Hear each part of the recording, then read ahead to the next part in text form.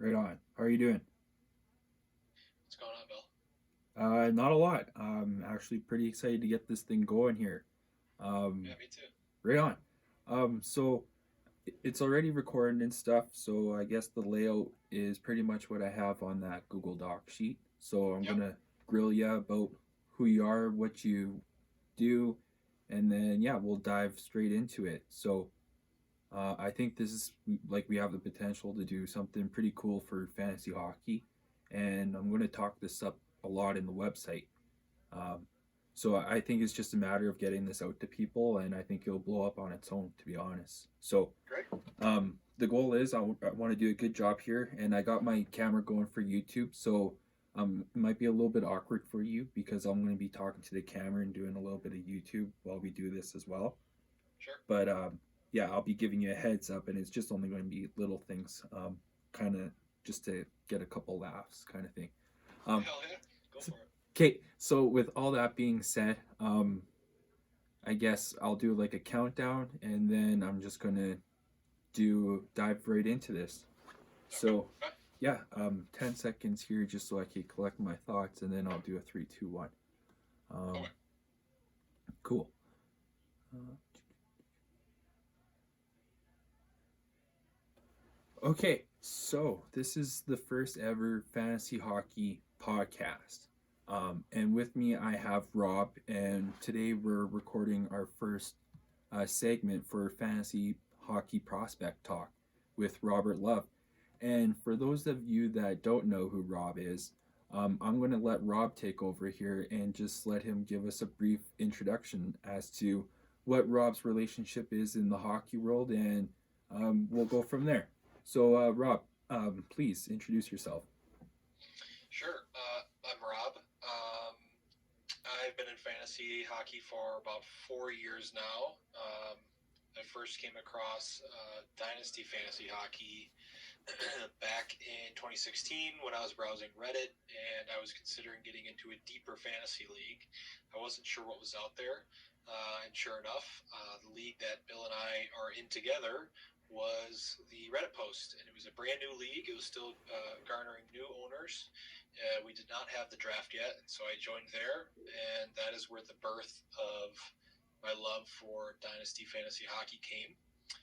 Um, Fast forward maybe 2 years or so, I had begun to start developing a tool to use for myself to find um, prospects that were under the radar to the average eye through numbers and data.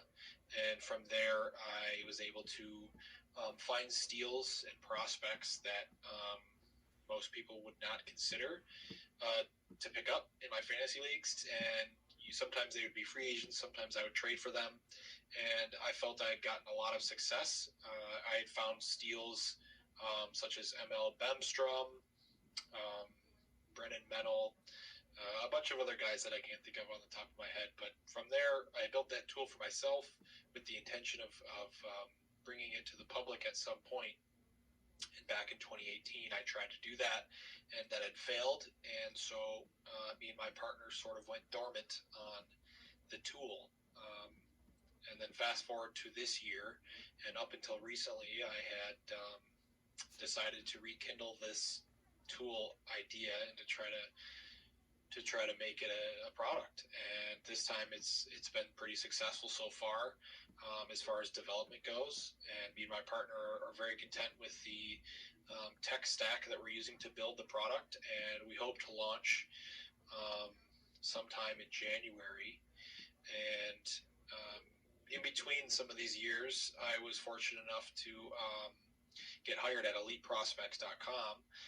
Not as much through for hockey specifically, but through Fantalytica, I was able to build a relationship with Peter Sibner, who's um, the head of Elite Prospects. And um, because of my university background in marketing, I was able to get hired as the business development manager for EliteProspects.com. So that's sort of where my career is right now. I'm of course, still working at Elite Prospects, and I'm trying to build Fantalytica in the after hours. Awesome. That's a pretty good bio that you provided us here.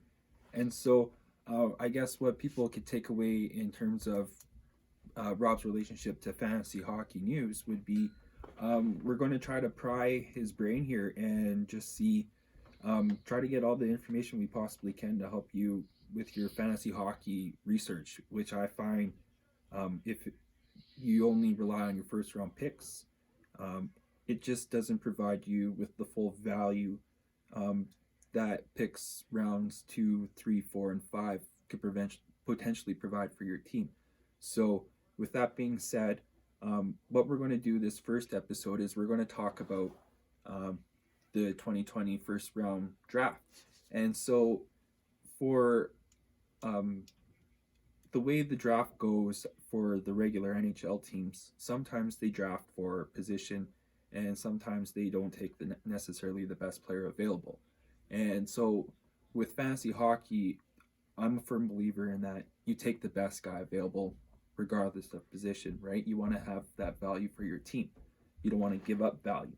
So with all that being said, guys like Sanderson, guys like Drysdale, I feel would be considered early picks in respect to where they were drafted in real life NHL if you're going to take them in fantasy hockey at that same spot. So with all that being said, I emailed Rob a question, and the question was simple. What would Fantalytica's top 10 list be like? So I'm not expecting Lafreniere or Byfield to necessarily change, but I believe there's going to be some movement between picks 5 through 10. And I think that's where you want to be careful because this is where you don't want to lose value in those top rated picks, right? Say you take Sanderson before a guy like Holtz. Well, then you're kind of sandbagging your own fantasy hockey team. So with that being said, what I'm going to do is I'm now going to ask Rob here, what would Fantalytica's top pick be?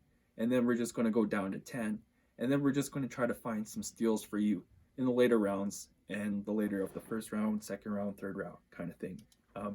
And so, yeah, so Rob, with that all being said, first round, first pick, who's it going to be for Fantalytica? That's a tough question, to be honest. It's depending on the league you're in. If you're in a points-only league or a league that is very centric on goals and assists only, I would have to say Lafreniere goes number one. But depending on your league format, and if hits and blocks are of any significant value, I would go Byfield. Interesting. Yeah, Byfield was for the league that you and I share, Bill.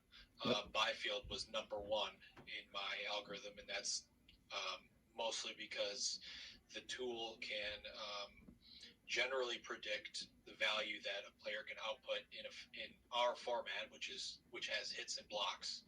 And a hit and a block are normally 25% of a goal in value and half value of an assist. And so that's why if I was in the position to pick first in our league, I would have picked Byfield. Okay. So this is already a really interesting point here and stuff I allude to in my blogs. So there's quite a few leagues out there, and the distinction Rob's making is a points only versus a banger league, as I describe them. And these banger leagues counts hits, blocks, and sometimes face-offs. So even though Lafreniere is going to outproduce Byfield by quite a large margin, the argument Rob's making is that due to the hits, blocks, and potentially face-offs that some leagues count, well, if you're in one of those leagues, you take Byfield over Laffy because Byfield's going to get points, but he's going to do all that additional damage too in the fantasy production. So Byfield over Laffy in bangers, and Laffy over Byfield in just point production. So with that being said, I think we just go to number 3 because Laffy and Byfield are interchangeable. Sure. Yeah, and speaking with the rankings, the tool I have the tool open to assess the league we're in. So I'm not going to be referring to the rankings that I could have for points only, just because right now the presets are set up to have hits, blocks, face-offs, etc. Okay. So with the number 3 pick, I would absolutely have chosen Marco Rossi over anybody else. Why? Well, I guess from my opinion first, I would say that Rossi has a very good opportunity to be the first line center for the Minnesota Wild at a very quick timeline. They're barren for a true 1C, and with Rossi's capabilities of taking massive amounts of faceoffs, having a wide enough frame when he's skating with the puck that he will eventually be able to get a little dirty in the corners, and hits and blocks will probably follow because of the time on ice he'd be granted. So that would be my mental state of it. And obviously, from an analytical point of view, I would say Rossi still fits the bill in our league because it does take into account face-offs, hits, blocks, and to be frank, I think Rossi would just be a better fit for a team, especially because he's a true center. And I see him being a centerman for the Wild. And of course, Stützle would be the argument here, I think, for most leagues to a general fantasy owner. But I just don't see Stützle being there. Interesting. So, sticking with the Byfield theme, I believe the point Rob's making here is that you want to have your guy playing the most minutes possible, and through virtue of those minutes, you're going to be getting points. So, with Rossi, maybe he's not as skilled as Stützle, but just by virtue of being on a Minnesota team with a poor center depth, Rossi could absolutely work his way all the way up, and through playing those big minutes on Minnesota, he's going to be getting blocks, he's going to be getting face-offs, he's going to be getting hits. So that's what you have to focus on in terms of when you're a fantasy GM evaluating talent kind of thing. It's a little bit different in terms of just going based off what the NHL has to offer. Yeah, I think you have to really displace your opinion and compartmentalize the difference between a fantasy league, especially if you have the criteria we have, and thinking real life. For example, in real life, I probably would have taken Raymond at 3. I think his upside and potential to change a franchise is there, and I can't say the same for some of the aforementioned players in that draft. So you really have to consider the league you're in, the situation that each player will be given, and of course supplement that with the tool that I've built and will be available. I think you have to take a lot of things into consideration and not necessarily take the prettiest of picks. Even though Raymond is going to be beloved by the Red Wings, you wouldn't take him at 3 in this league. Yep, absolutely. And so I guess for just in the general sense, kind of losing my point here, but to have Raymond over Stützle, like if you're just looking at skill, you would think Stützle would be getting more points kind of thing if you're just focusing on like a points only kind of league, no? Or do you really think Raymond's better than Stützle in terms of potential for point production? I do believe that Stützle will be a better point producer, I believe, for Ottawa. I think the situation that Ottawa will be in to play Stützle, I think he will eventually be their best player. And when you have Brady Tkachuk, who, I believe he'll be an absolute machine in the league. I would still take Stützle just because I don't see Raymond being too physical or potentially blocking too much. And that's obviously not relevant in a points league, but even in a points league, I would still probably take Stützle over Raymond. One of the articles I'm working on right now is titled "Why I Don't Draft Pretty Boys," and Raymond would be one of the players that would be the archetype for players that I stay away from when it comes to fantasy hockey.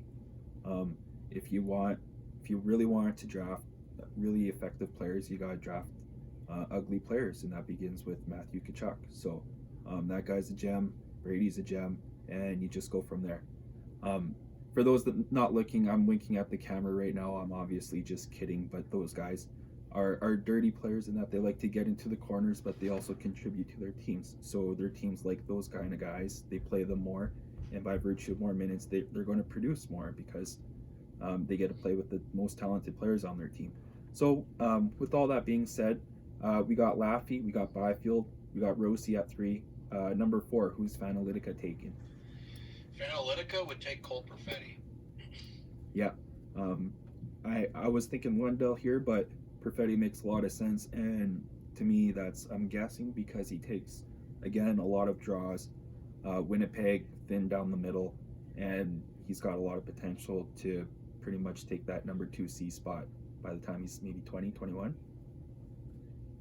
It's possible, yeah. I mean, depending on where Scheifele's at, for sure.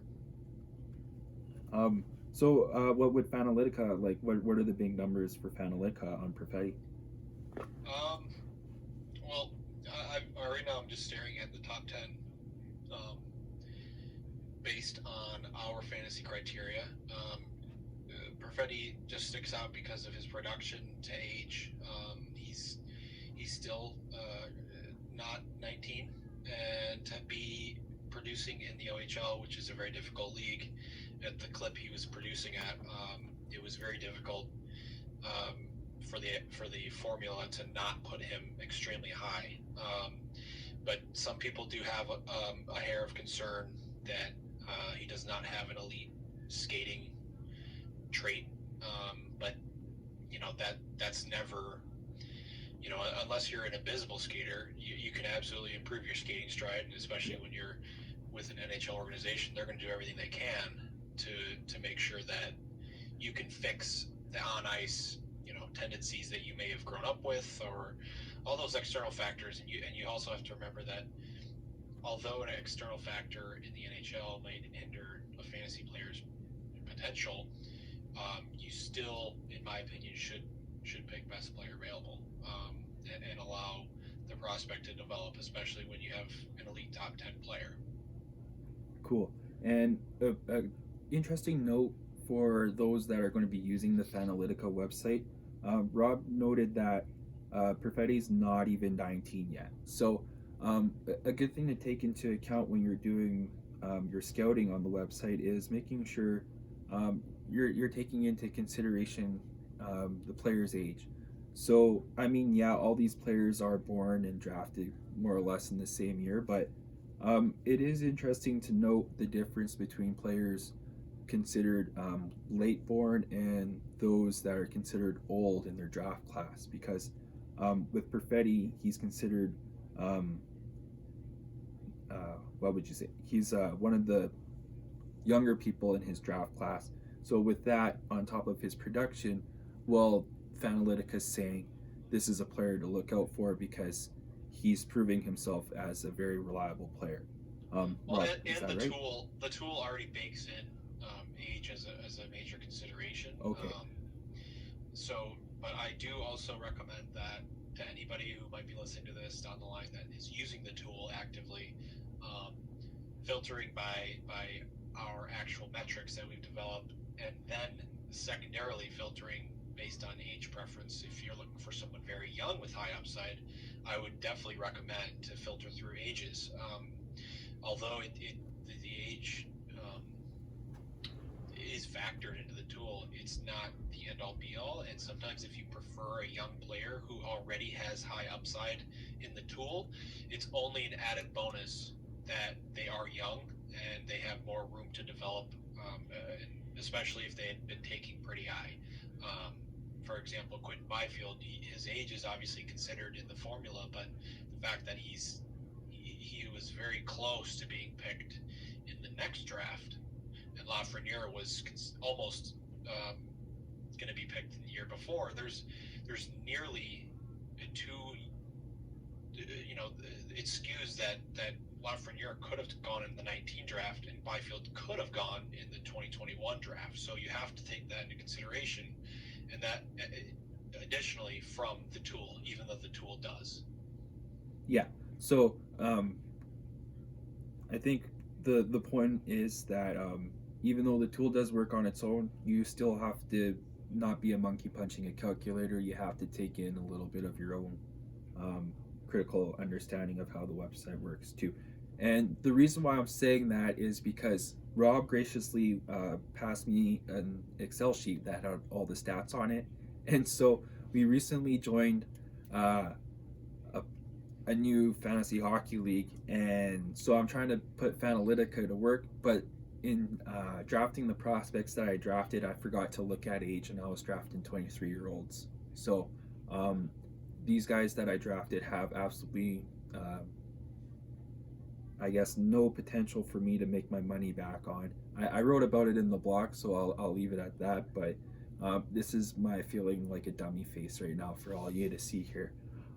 So with that, Perfetti number 4. Who's going number 5 for Fantalytica? So just for number 5, well, so far it would be Byfield, Lafreniere, Rossi, Perfetti, and at number 5, I would take Stutzla. Stutzel? Okay, so he finally goes. He goes there, yeah. But Following, because we've already kind of touched on it, I would say for number 6, and which is right in line, I would take Alexander Holtz. Holtz? Over Raymond. And is this because you value goals over general assists, or is it his situation in New Jersey, or why is that? From Fantalytica's point of view, he just produced better, and despite the eye test that might leave Holtz behind Raymond in most scouts rankings, real life rankings, I'm a big believer in the numbers. And for example, DeBrincat was a top 10 player when I retroactively fitted Fantalytica to do some testing on previous years. Someone like Brady Quinn was well in the first round in our tool. And so sometimes it's not about the eye test. Sometimes it's just about production, and that they can fit in any league that they play in, and they can adjust. And although Raymond is an awesome player, and I'm a Red Wings fan myself, I have to follow the tool I built. I mean, I think Holtz will be a better fantasy producer in our league than Raymond. Cool. So yeah, I just love this list already. Just because so many people go off of what the NHL teams are drafting, and this kind of just blows that list out of the water. So number 7, who does Fantalytica have? I have Seth Jarvis. Jarvis. Ooh, interesting. Just again by the numbers. So, who's, I guess the big name Jarvis is producing here is Raymond. Yeah. Where does Raymond eventually land? So Raymond's gonna actually land in the early 10s spot. And although so this is where you actually have to think here. Fantalytica goes off of data, right? Yep. And the data that's presented thus far for Raymond is that he's been underplayed and underutilized thus far, right? But if you are, if you're someone who takes careful consideration for your pick, especially at this high, you would be doing the research on Raymond and would understand that he got underplayed. And Fantalytica cannot project that he was underutilized. And of course, Fantalytica will eventually be able to do that as we build more features into the tool. But thus far, the tool sees Raymond only as the 13th best player in this draft. But that's where data can be skewed incorrectly, right? And with any data ever in the world, I mean, there's never going to be a tool that's going to perfectly project any player. So that's something you have to think about when you're picking these players. You have to see where these players played, the time and the opportunity that was given to them, and what they did with that opportunity.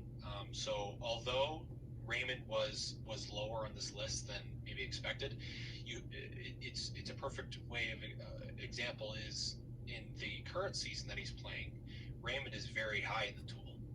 And so if you had considered that he was underutilized, and you see that although he was underutilized, he's still very high, all things considering, you would consider taking Raymond higher, knowing that he will get more production because of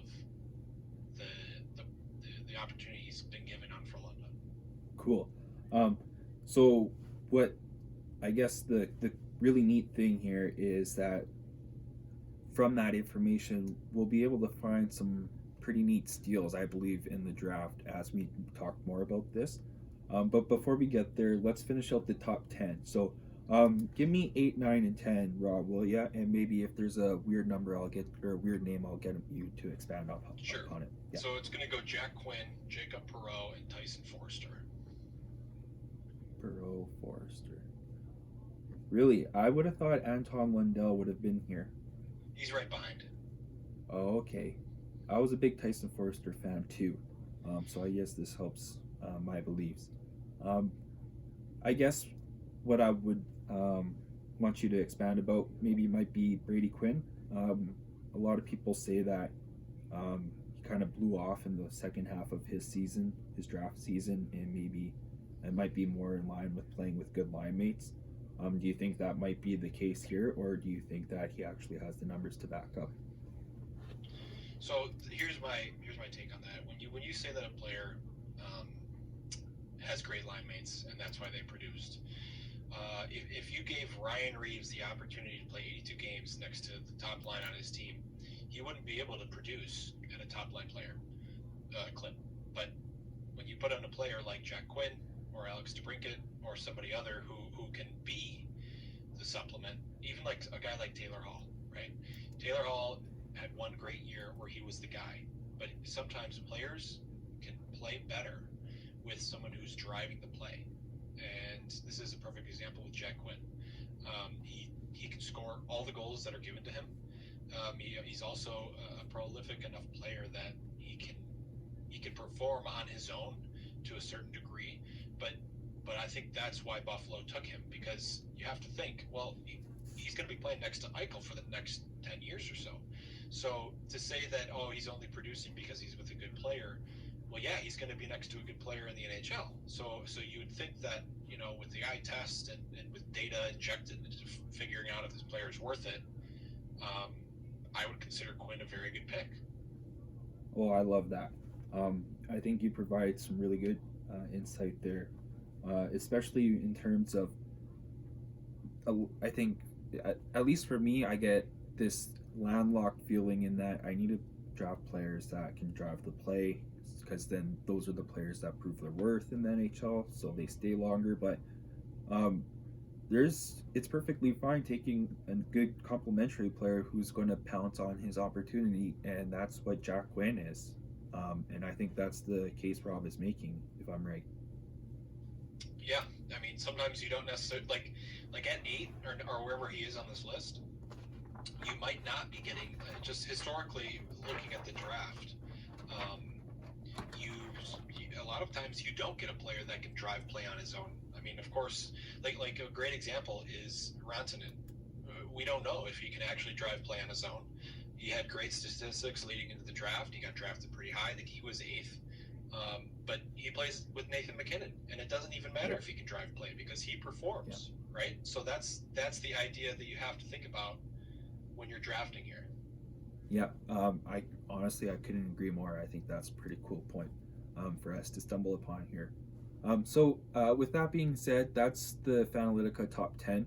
And so what I then did is I asked Rob here, between rounds 20 to 30, or between picks 20 to 30, 30 to 40, 40 to 50, 50 to 100, I asked him to find a couple steals.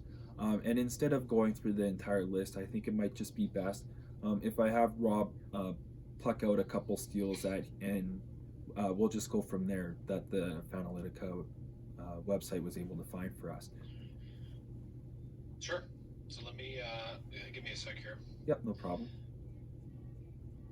In the meantime, I'm just going to show my fantasy hockey trophy that I won to my fans out there in the YouTube world. Here it is. It's the Minburn County Cup Fantasy Hockey League Champions Cup. And so I covered up everybody else's name that won the trophy because we don't care about them. They cheated for all I know, and that was rigged. So I'm the champion 2018-2019. Carried over for 2019-20 because of the COVID. We weren't able to get a champion, so I'm the two-time winner, obviously, naturally. And this is my second trophy here that I won when I was back in Adam. So I am a winner. You know that you could believe in me. And with that, Rob, are you ready? Yeah. Okay, cool. So right now I'm looking at non-first rounders. Okay. Perfect. And there's a lot of second rounders that come in here, but there's also a lot of fifth, sixth round guys.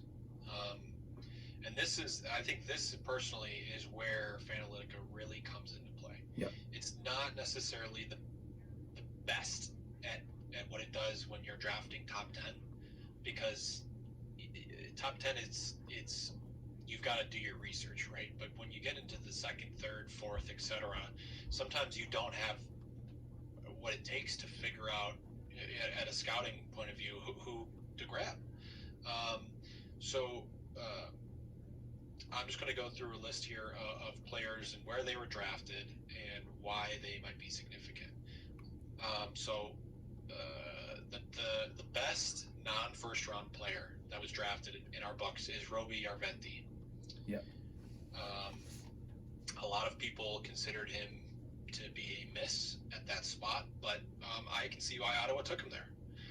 And I think they moved up a little bit to grab. I don't know if they moved up, but I think they reached a little bit to some by grabbing him. But he produced very well. He played in the Mestis, which is the Liga second league, and he was one of the best players in that league. 23 goals, 15 assists for 38 points in 36 games. And when you're a big guy like him, it's great to see that production. And I know that the tool is onto something, because Arventi's having a great current year in the Liga. And I would have expected that based on this tool. Just to build off of that, I have been seeing just like the typical fantasy hockey article and all that kind of jazz out there, and people are speaking up on Arventi. So, yeah, to me, I think this is just a great highlight here. And the last thing I would like to point out is my buddy Dan in Rob's and I original league. He kind of sets the tone in terms of fantasy hockey teams. Like, he's the best team in our league right now, in my opinion. And he drafted him in the second round, I believe, and it was an absolute steal. So Dan did it. Rob's telling me Fantalytica to do it. I'm reading all about him. So Jarventi, that's one of the steals in the outside of the first round that people should have their eye on. Next prospect, Rob. Yep. So the next one will be Jan Mizak. He performed very well in the OHL. Although it may have been limited, but from what I saw in Mizak and what the tool saw, he's a very palpable player to grab early. Cool. Yeah, and then I'm just going to have you just go down the list, and then once you're done, just let me know here. Sure. So after these two second rounders, it gets kind of interesting here. So I'm going to say some names that you guys probably don't recognize, but you will eventually, and I know that you will. So we've got Evan Veerling, who is a fifth-round pick for the Rangers. You've got Martin Chromiak, fifth-round, LA. William Dufour, fifth round, New York Islanders. Yevgeny Oksenchuk, sixth round, Dallas Stars. And Brett Berard, fifth round. Now, to the naked eye, you wouldn't blink an eye when you heard those names. But from what the tool has done in prior years, finding these players, maybe in the third or fourth round of your fantasy league, if you're lucky, is you're just obtaining so much value.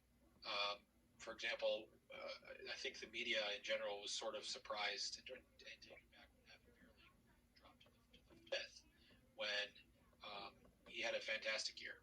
And obviously there's reasons by the NHL of why he drops, but players drop all the time, right? And there's no reason why you can't take a flyer on all of these guys. And that's why I think the tool is so fantastic for a deep league where there's multiple draft picks per year, right? Maybe there's 3, maybe there's 5 per team per year. That's where you can grab value, right? Is trading for pennies on the dollar for draft picks in the 4th round, 3rd round. Mostly they're throw-ins in trades in leagues. But when you can grab guys that are producing like they should be in the NHL someday with this tool, there's no reason not to grab all of them. Like, grab 5 third-round picks for 1 second-round pick, take flyers on all of these guys, and I can guarantee you that at least one of those guys will be a significant contributor. And you've already just guaranteed so much value. And not to mention, not only will one of them, or maybe even 2 of them, be significant NHLers for you, but because of their stat line and where they're projected, they would be great chips to trade away in a year or 2 when they're lighting up the league they're in, right? So you're already gaining a lot of value for those picks, even if you end up trading those guys. And that's the whole point of Fantalytica, is to be able to grow the value of your team by finding steals that people will not find. Oh yeah, that's awesome. I guess one of the names that's just coming to my head is what do you think Fantalytica would think of someone like Yanni Gordy, who kind of seemingly came out of nowhere? Do you think that the website would have had him pinged and then told you to sit and wait on him because he would have had his chance? Let me pull up his player profile because it might take a little bit for me to find him in the tool. But so his draft year would have been, so he's 28, 91. So. Oh, Gordy's same age as me. Gordy?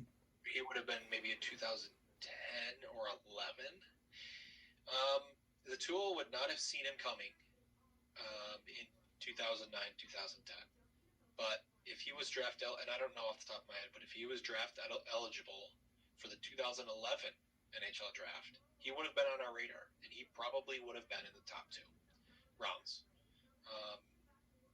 And even if he had gone undrafted, which he did, for the 2012 draft, he put up 124 points in 68 games.